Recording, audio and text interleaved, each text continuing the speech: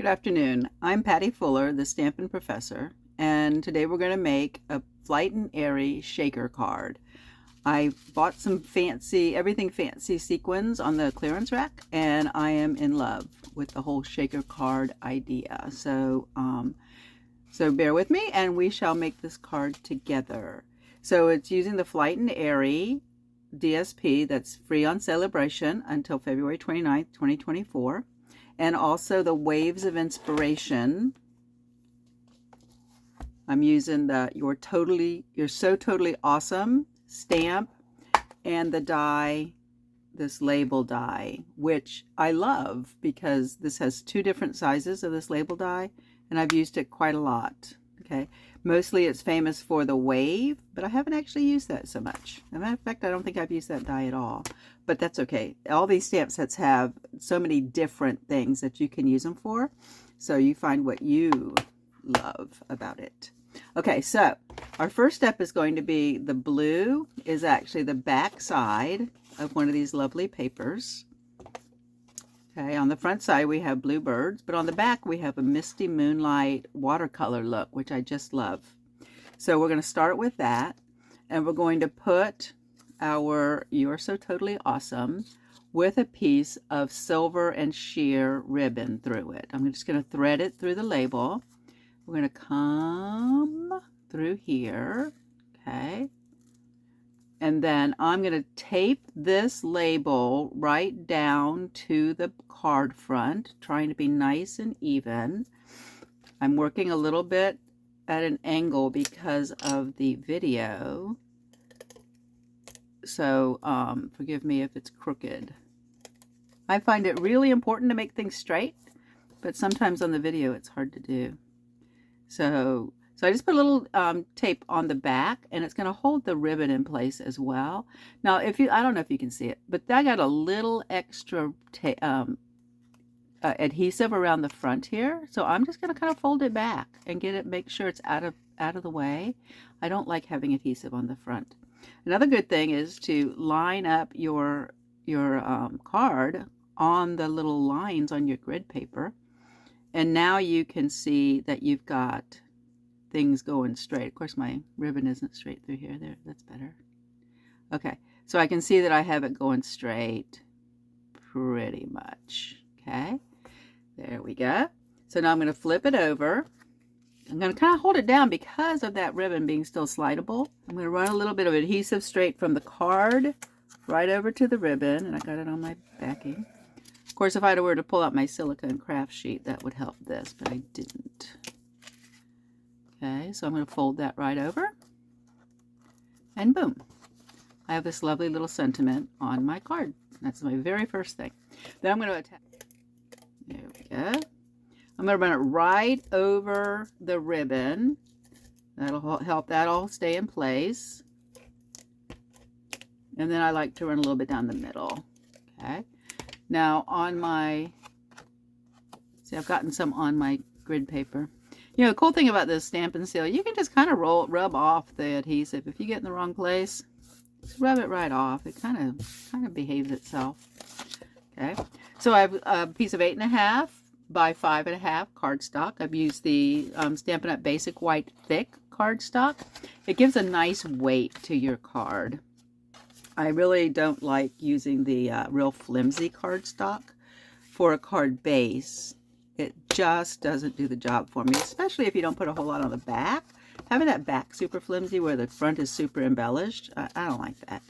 So you might not, whatever. So now I'm just going to attach this piece to the front and trying to be as straight as possible, giving a nice little 1/4 inch 1/8 inch border all the way around. So this piece is 4 by 5.25. The ribbon is about 6 inches wide in the cardstock. Okay, now to build the shaker. The squares for the shaker are cut from the Stylish Shapes dies, the 2 largest size dies. The thing I love about these is they cut the stitching on the inside and the outside. So these were together like that, right? So when I cut that frame, it cut an inside and an outside, and you just get a lot of nice stitching from it. And it so happens I'm going to use both of these on this card. So the first thing I'm going to do is to attach a bird. So I've fussy cut 2 birds out of one of the sheets of paper. And I think on this front, I think I'll just use the one with no feet on the front. I'm going to use this green glue, which I'm trying to get used to, okay? What I've learned about it is you have to be really miserly with your glue. If you put too much on, you're going to make a mess. If you let that green adhesive get on the front of your project, you're going to make a mess. It never dries, okay? It'll never dry. So there's my bird, okay? Let me cover up my thing. Now, I'm going to place this, I'm just going to use my stamp and seal here. And I'm going to go ahead and place him right on the front. See, once again, I got this adhesive a little over. I just like to pull it to the back so that it's nice and even. Okay, there he is. Now, to build the front part of him, we're going to have a piece of acetate cut just a little bit smaller than the square. Okay, so here's my piece of acetate. So I'm going to try this, use my Stampin' Seal, and I'm going to let it go ahead and run off the edge. Okay. I've pulled in my silicone sheet now. Make sure I'm on the back side of my little square. And I want to run it off the outside edge. So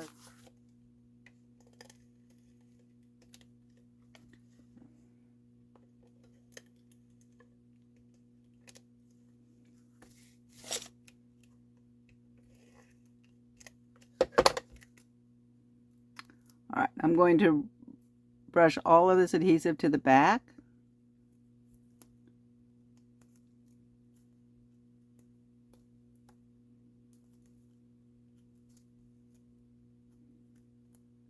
So my Stampin' Seal is too wide. It was a 1/4 inch wide, but I ran it off the edge, and it really, I can just fold it back. It really is working fine. Okay, now I'm going to lay that down upside down. Try and find my piece of acetate again. I'm going to put this on, trying to be real careful to get it right around the edge. Okay, so now if you end up with your acetate sticking out anywhere, just cut it off. It'll cut right with scissors, right? Super easy. But this one came out fine. All right, next is the dimensional strips. Now, Stampin' Up! Has come out with strips of dimensionals that you can cut to shape, just cut to size. And I have learned to love these, especially for this sort of a thing, right? I want to make sure they're not too short so that they don't leave any spaces in between for the sequence to escape.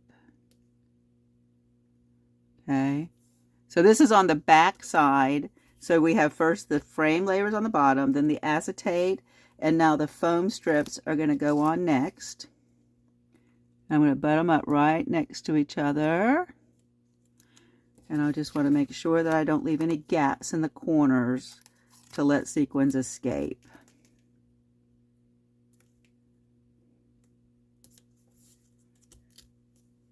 See, now this is just a little long, but it trims super easy. Just get my scissors in there and snip, and there we go. Last piece.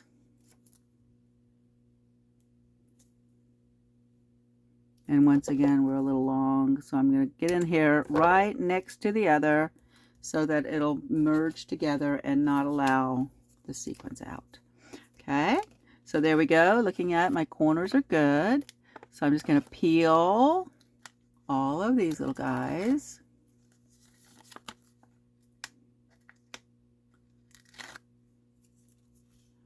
I used that paper cutter to trim my strips because I was doing a bunch of them, and it kind of made them a little bit hard to get apart.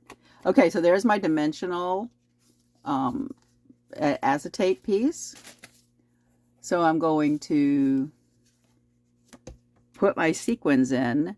Now these sequins are the Everything Fancy, For Everything Fancy sequins. They're on the clearance rack right now.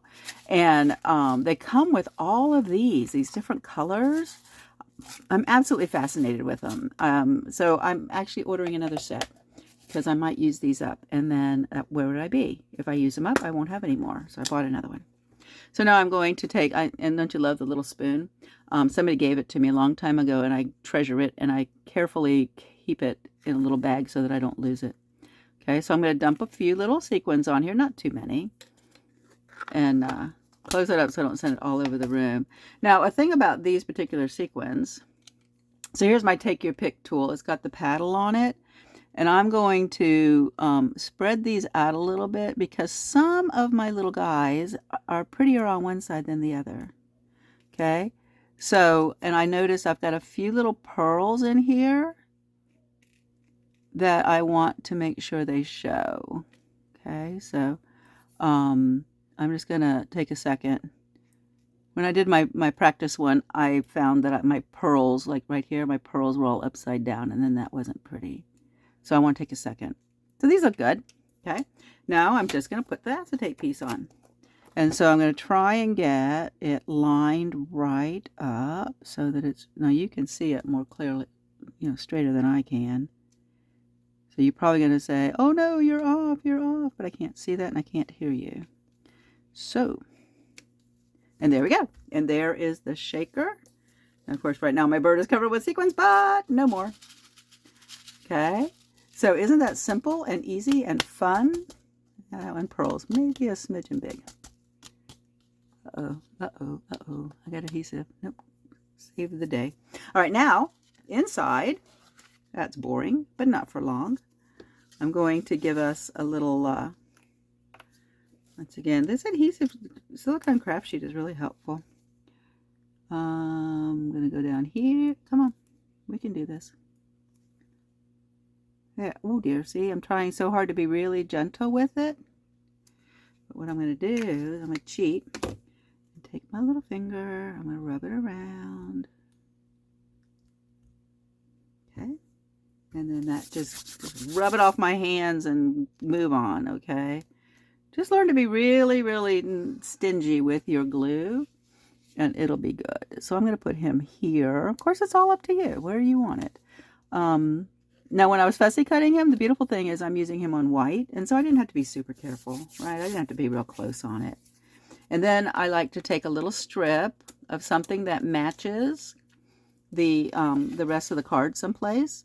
So I had, when you cut these 4 by 5 1/4 pieces, if you do it right, you're left with a piece that you can cut into strips. And I always do that because I'm A, miserly, and I like to spread my supplies for a long time. And B, I don't know, I love this paper. I want to use it on everything I can find. So see, I'm using a really thin line there. Down here at the end is how it should be. Up here, I got a little carried away once again. Actually, I'm going to rub it off on this because I'm done with this thing. Okay, so put it over there. If you get this on the silicone craft sheet, once it dries, you can just rub it off. Okay, so it's not a problem.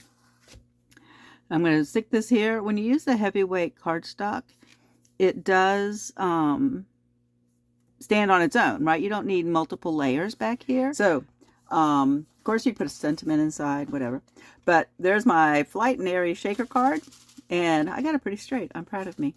Okay, so thanks. Have a great day.